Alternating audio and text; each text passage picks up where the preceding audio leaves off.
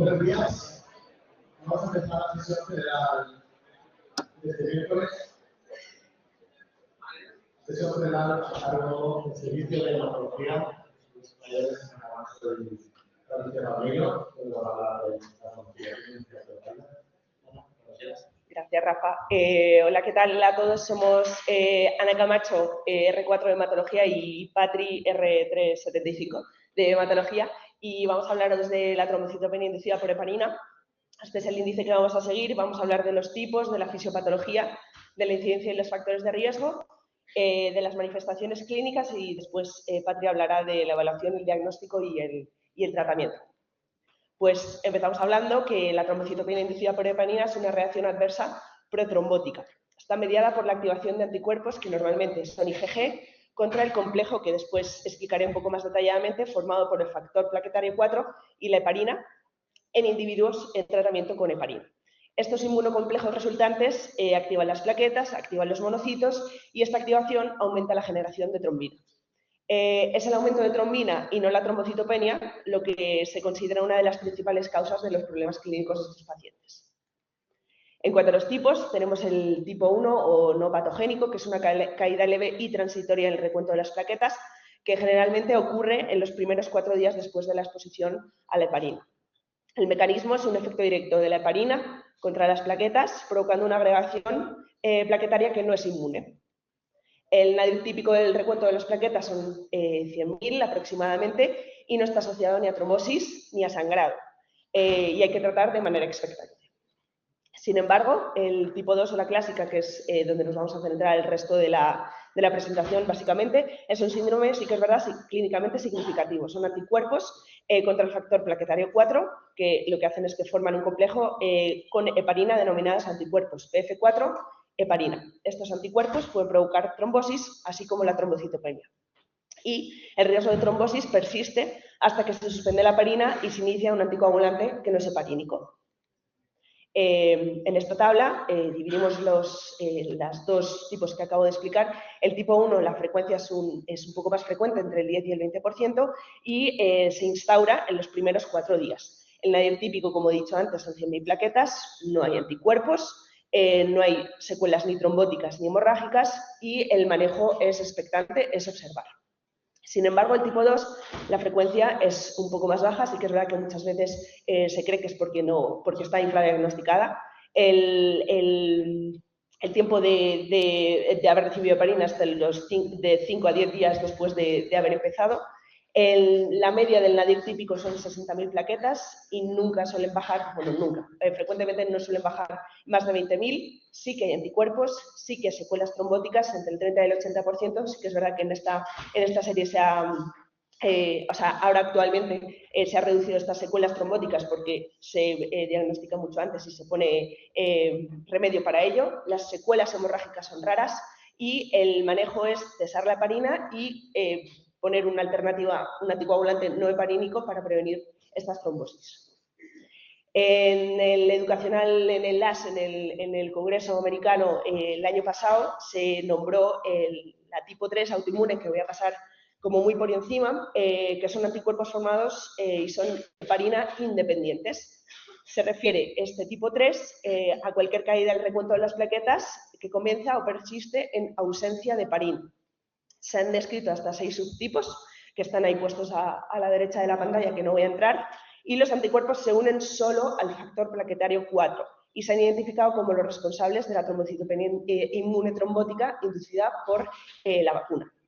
Requieren, aparte de tratamiento anticoagulante no heparínico, dosis altas de inmunoglobulinas para reducir el estado grave de hipercoagulabilidad. Pero bueno, al no ser muy frecuente, no nos vamos a centrar en este. Un poco entrando en la fisiopatología, tanto la heparina de bajo peso molecular como la no fraccionada son polisacáridos que están cargados negativamente. De la misma manera, el factor plaquetario 4, que está en los gránulos alfa de las plaquetas, está cargado positivamente.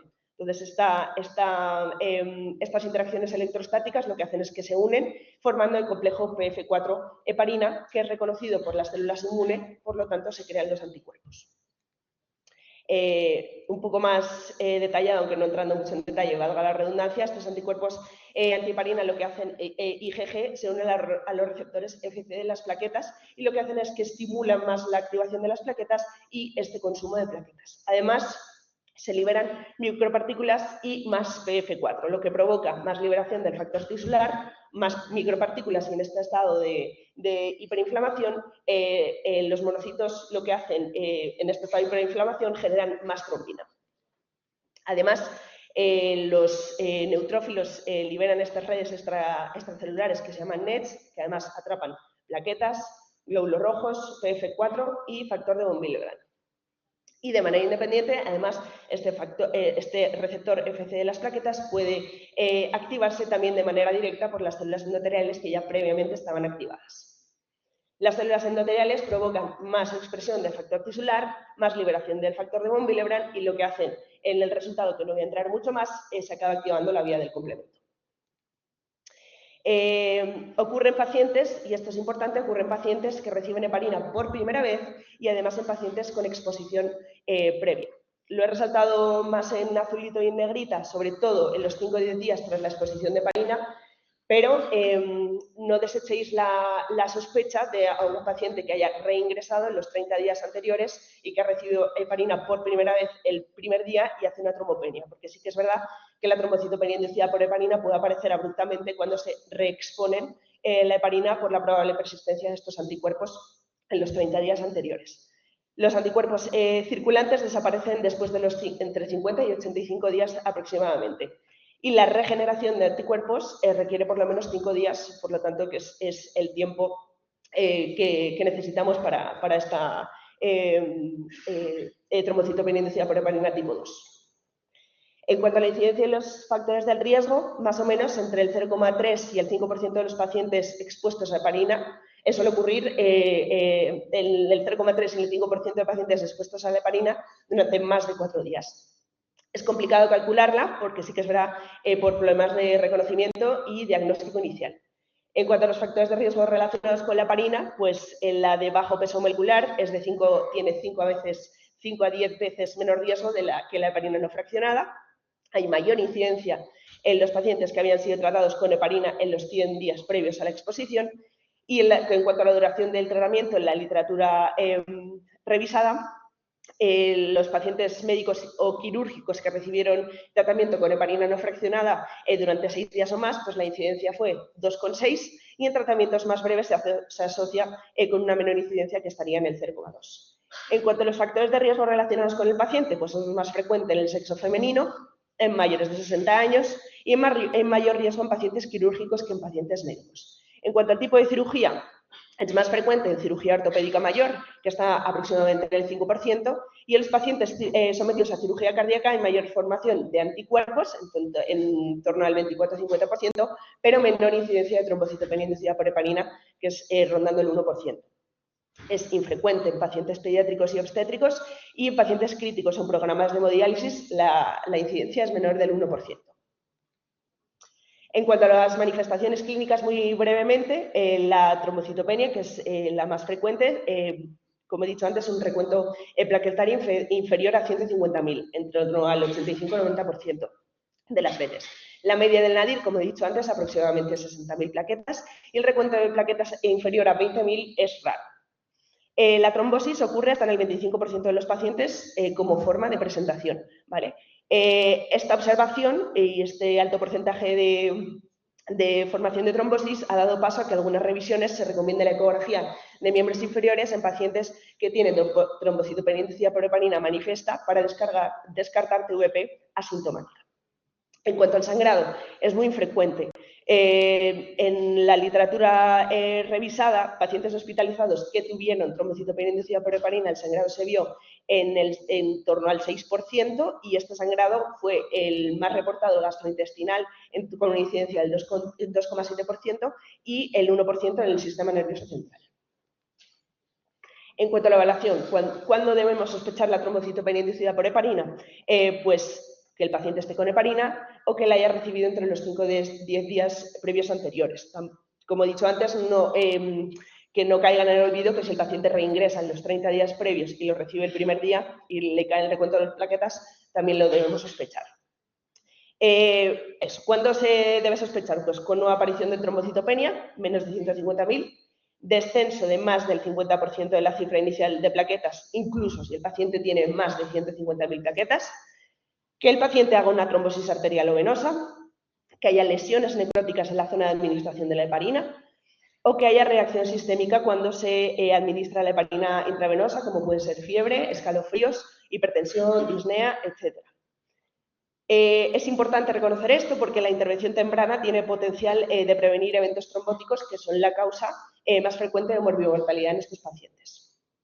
Entonces, ¿cómo hacemos la evaluación inicial? Esto es importante para que os lo quedéis vosotros, para luego interconsultarnos a nosotros, es la escala de las 4 T's, que es una probabilidad pretest.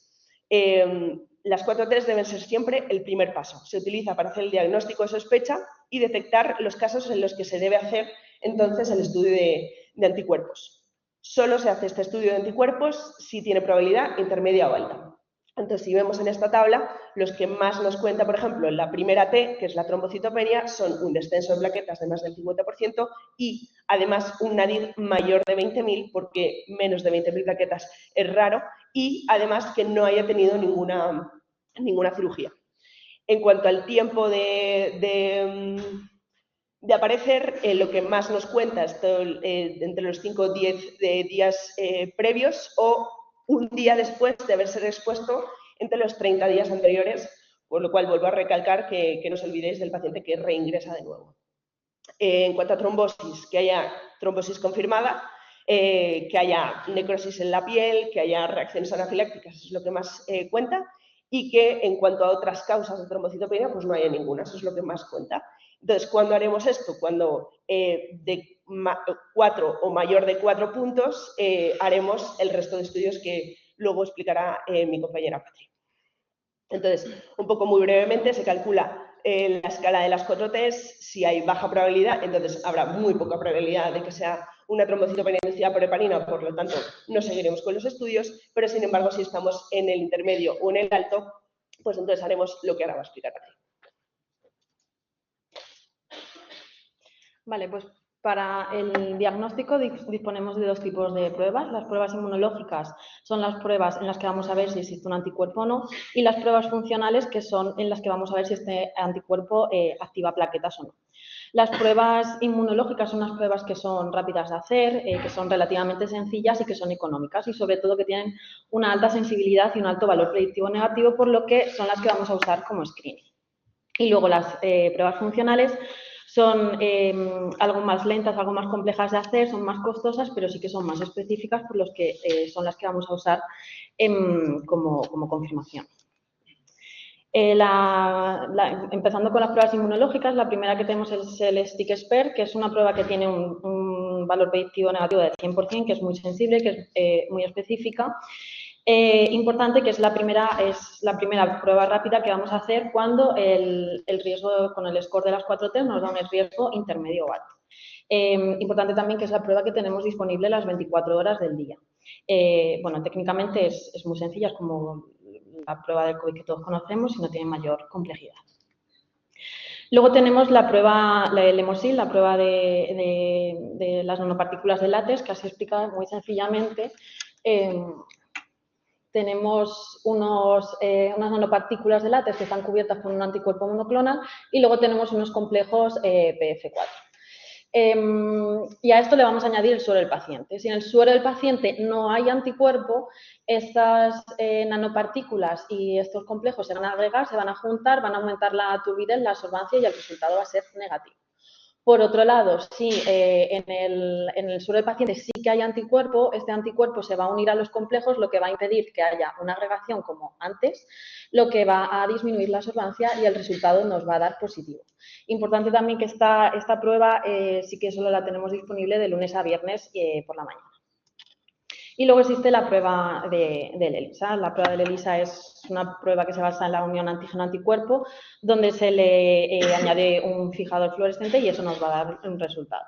Esta prueba hay que mandarla a Madrid, al Centro de Transfusión de la Comunidad de Madrid, y los resultados se demoran entre 24 y 48 horas. Esto antes lo mandábamos cuando no teníamos la prueba anterior, pero desde que la tenemos en nuestro laboratorio no hace falta mandar esta prueba a Madrid, salvo contadas excepciones. Y luego las pruebas funcionales, que es la que digo que vemos la activación plaquetaria, lo que tenemos es la activación plaquetaria inducida por heparina. Es la prueba confirmatoria más usada en Europa y, bueno, ya lleva algo más de tiempo realizarlo. Y en esta prueba lo que vemos es que ante dosis pequeñas de heparina se produce una gran agregación plaquetaria, pero cuando las dosis son altas de heparina, la activación plaquetaria es mínima o nula. Y luego tenemos, existe el ensayo de liberación de serotonina. Este es el gol estándar del tratamiento de confirmación. Lo que pasa es que es una prueba que es muy compleja, que es muy costosa y que simplemente la tienen los laboratorios de investigación. En cuanto al tratamiento, es muy importante que no hay que demorar el tratamiento de la trombocitopenia inducida por heparina a la espera de tener una confirmación diagnóstica. En el momento que tenemos un score de las 4T con un riesgo intermedio o alto, ya tenemos que comenzar. Con el objetivo de reducir la activación plaquetaria y de mantener al paciente anticoagulado protegido mientras que exista este riesgo trombótico. Lo primero que hay que hacer, y más obvio, es suspender la heparina y luego hay que cambiarlo por un anticoagulante que no sea heparínico. Muchas veces cuando vemos la trombopenia nuestro primer impulso es pedir una transfusión de plaquetas, pero no existe indicación para esta patología a no ser que el paciente esté inestable, esté sangrando, que tenga alguna otra complicación que nos lo indique. Y también es importante que hay que valorar individualmente qué riesgo hemorrágico y trombótico tiene cada paciente para ver si le vamos a poner unas dosis profilácticas o terapéuticas. Lo primero que tenemos es el argatroban. El argatroban es el único fármaco aprobado en España para la indicación de la trombocitopenia inducida por heparina. Es un inhibidor directo de la trombina, se pone en perfusión continua y los controles los vamos a hacer por el tiempo cefalina, por el TTPA. Normalmente en unas 2-3 horas ya tendríamos unos niveles estables y es un fármaco con una semivida muy corta de 1 hora. La dosis se calcula según peso del paciente y se va a ajustar en aquellos pacientes que tengan una insuficiencia hepática porque la eliminación de este fármaco es por hígado. Luego tenemos el fondaparinos. El fondaparinos es un inhibidor del factor X que no tiene la aprobación como tal para la trombocitopenia inducida por heparina, pero sí que se usa para ello. Es subcutáneo, tiene su dosis terapéutica, su dosis profiláctica y tiene la desventaja que la eliminación es renal, por lo que no lo podemos dar a pacientes que tengan un filtrado por debajo de 30. No necesita monitorización, pero sí que hay que vigilar un poco la función renal por esto. Y, bueno, el problema es que no lo podemos monitorizar por el anti-EZA porque no disponemos de los calibradores para este fármaco. Se puede usar durante el embarazo, pero dependiendo un poco la bibliografía que se lea, hay algunos que dicen que sí, otros que no se sabe muy bien. Nuestra experiencia es que sí que lo usamos en embarazadas sin ningún tipo de problema. Y otra ventaja que tiene este fármaco pues es que es más barato que el argatroban. He hecho esta tabla comparatoria con las principales características de ambos, pero lo principal también es qué pacientes le vamos a poner qué fármaco. El argatroban se pone en los pacientes que están críticos o que tengan insuficiencia renal y el fondaparinos lo vamos a poner en los pacientes que están estables, que no tienen ninguna complicación y que tienen que tienen una insuficiencia hepática. Luego existen otros 2 fármacos que también se usan para la trombocitopenia inducida por heparina, pero que en la práctica habitual normalmente no se usan. Está la bivalirudina, que es un inhibidor directo de la trombina, que sí que se usa para condiciones cardiológicas, pero no para esta patología. Y el danaparoide, que es un inhibidor del anti-EZA, que sí que está aprobado en Europa para esto, pero no en España. ¿Y durante cuánto tiempo hay que mantener al paciente anticoagulado? Pues va a depender de si ha tenido algún efecto trombótico o no. Si no ha tenido ninguna trombosis, hay que mantenerlo anticoagulado hasta que las cifras de plaquetas suben por encima de 150.000, pero si sí que ha tenido algún efecto trombótico, hay que mantenerlo durante 3-6 meses más o menos. ¿Y con qué le vamos a mantener anticoagulado durante tanto tiempo? Pues se puede usar un antivitamina K o un anticoagulante de la acción directa. Sí que este cambio hay que hacerlo cuando las cifras de plaquetas suban por encima de 100-150.000. Algunas consideraciones a tener en cuenta, que con los antivitamina K hay que tener cuidado, sobre todo con el argatroban, porque el argatroban altera el INR, entonces hay que mantenerlo solapado a ambos tratamientos durante al menos 5 días y vigilar que cuando se le suspenda el argatroban el INR no descienda. En cuanto a los anticoagulantes de acción directa, hay escasa evidencia, aunque cada vez va saliendo más información. Teóricamente, cualquier anticoagulante de acción directa se podría usar. Sin embargo, en los últimos años sí que cada vez se usa más y cada vez hay más experiencia con el uso del rivaroxaban. Como los anticuerpos permanecen positivos en el paciente hasta 3 meses, si durante esos 3 meses al paciente le ponemos algo de heparina, las plaquetas pueden bajar drásticamente, dicen incluso hasta menos de 12 horas. Y en los pacientes que hayan tenido algún antecedente de alguna trombocitopenia inducida por heparina, hay que evitar el uso injustificado posterior de heparina, incluyendo la utilizada en los lavados de catéteres. Algunas situaciones especiales, por ejemplo, las cirugías cardíacas, bueno, si tiene la trombocitopenia inducida por heparina, se recomienda retrasar la cirugía si es posible. Como en los 3 meses los anticuerpos se negativizan, sí que se podría realizar la circulación extracorpórea con heparina, siempre y cuando hayamos confirmado que efectivamente los anticuerpos son negativos. En el postoperatorio sí que no se podrían utilizar los anticoagulantes heparínicos y ya en situación más límite podríamos valorar el recambio plasmático o más o menos el uso de inmunoglobulinas para intentar eliminar más rápidamente los anticuerpos. En enfermos renales, los pacientes que están en hemodiálisis sí que se ve que positivizan los anticuerpos antiheparina en un porcentaje no desdeñable, pero menos del 1% llegan a producir una trombocitopenia inducida por heparina. Como he dicho antes, si tienen claramente por debajo de 30, lo que hay que usar es el argatroban. Y si el paciente está en diálisis, hay que valorar el uso del citrato para anticoagular el sistema. En población pediátrica, la incidencia es mínima. El diagnóstico y tratamiento es muy similar, aunque sí que la bibliografía lo que más se usa es el argatroban y la bivalirudina. Y en embarazadas también la incidencia es bajísima y normalmente lo que se usa es el fondaparinux. Y para terminar con un caso clínico, bueno, se trata de una mujer de 53 años que ingresa en cardio con un diagnóstico de una taquicardia ventricular monomorfa y durante ese ingreso pues, le implantan un DAI. En ese ingreso recibe 5 días de heparina profiláctica y es dada de alta a la semana sin ninguna complicación durante el ingreso. 2 días después del alta acude a urgencias porque presenta un aumento del tamaño del miembro superior izquierdo con dolor y dificultad para la movilización. Ahí se le hace un ecodoppler donde se describe una trombosis venosa superficial de brazo y antebrazo y profunda de brazo. Y en ese momento se le realiza una analítica, hemograma de dímero y demás, y lo que destaca es una trombopenia con 40.000 plaquetas que en las analíticas durante el ingreso de cardio una semana antes estaban todas por encima de 130.000. Entonces tenemos una paciente que viene con una trombosis, con una trombopenia y que 9 días antes había recibido heparina. Entonces podría cuadrar con una trombocitopenia inducida por heparina. Pero ¿qué es lo primero que tenemos que hacer? El score de las 4 T's.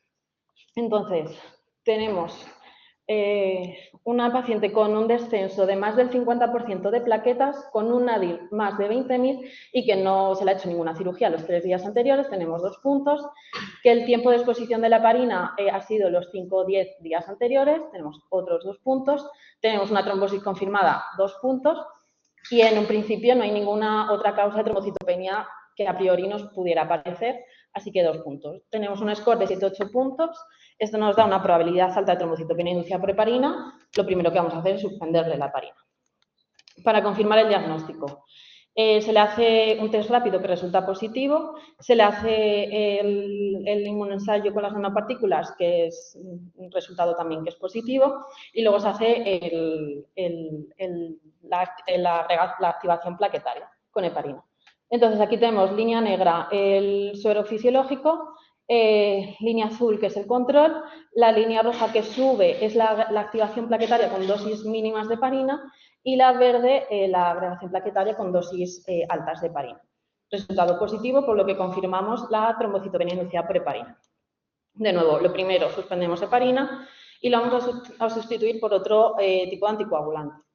En un primer momento se le puso argatroban, un poco valorando el riesgo hemorrágico porque le acababan de colocar un DAI y demás, pero en el momento que la paciente estaba bien, no sangró, las plaquetas iban para arriba, se le puso fondaparinux. Y en el momento en que las plaquetas subieron por encima de 100.000, se le cambió a Sintrom y se le mantuvo anticoagulada durante 3 meses con una resolución del cuadro trombótico. Y ya para resumir un poco lo principal de todo esto. La trombocitopenia inducida por heparina es una complicación grave del tratamiento con las heparinas, que es más frecuente con las no fraccionadas que con las de bajo peso, que es causada por anticuerpos antiheparina, y lo que se produce es un descenso de plaquetas y un estado protrombótico que puede llegar a producir unas trombosis venosas o arteriales. Para el diagnóstico lo primero que hay que hacer es la probabilidad clínica con el score de las 4 Ts y luego ya se confirmará con técnicas inmunológicas y funcionales. Para el tratamiento, suspender la heparina y cambiarlo por otro anticoagulante no heparínico y no hay que esperar la confirmación diagnóstica para empezar con esto. Los anticoagulantes de acción directa son una opción válida en lugar de los antivitamina K y lo que mayor experiencia tenemos es el rivaroxaban y los pacientes que hayan tenido algún antecedente de una trombocitopenia inducida por heparina hay que evitar exposiciones injustificadas posteriores con la heparina. Esta es la bibliografía que hemos usado. Ya está.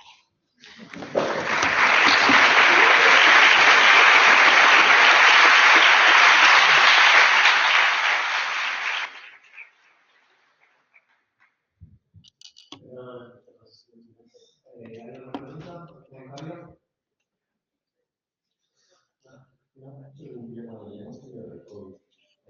Con estas lecciones y estas vídeos.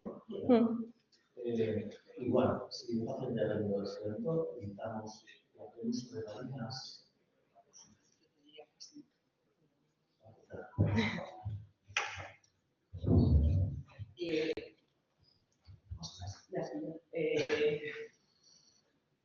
Diría que sí, o sea, sobre todo al principio, pero no sé si alguna conclusión.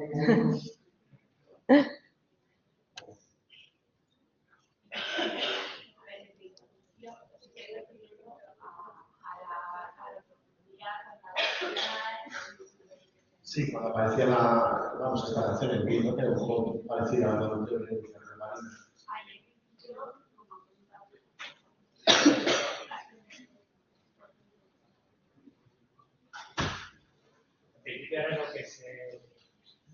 Lo que dicen las guías es que las que no son trombógenas por heparina, que son por otros mecanismos, como el MIT, por ejemplo, ahí no estaría contraindicado por heparina. Incluso dicen que ahora, pues, a lo mejor está en heparina. Para que sigue dando miedo, sobre todo cuando no está claro. Claro, porque parece que hay un poco... No está fácil. Ni lo de las 4C, ni saber si la estamos teniendo heparinas, hay otras cosas, no siempre tienes mogramas todos los días para saber cuándo va a caer. Que si sospechas un tic o algo, o una trombopenia que no es un mecanismo clásico, en principio, si no estás seguro, se podría utilizar el mecanismo. Claro, el mecanismo es diferente, no tiene nada que ver. Y se ha visto que los que tratan así, pues que van bien. Pero bueno, ante la duda tenemos ahora pruebas, hasta que se aclara una causa y se pueda hacer otro diagnóstico. Yo creo que lo recomendable es que actuar, por ejemplo, o la variación. Vale. Una pregunta, porque yo igual para tenerlo un poco más. Si tenemos pacientes que tenemos ya el diagnóstico de ingreso y con la trombocitopenia por heparina, cuando ingresa por y que sigue teniendo la profilaxis con heparina durante el ingreso, ahí se le puede poner, ¿no? Con la se le puede poner la dosis profiláctica del fondaparinus, sí, sí, sí. ¿Alguna pregunta más? ¿Un comentario? Pues nada, lo dicho. Enhorabuena por la sesión.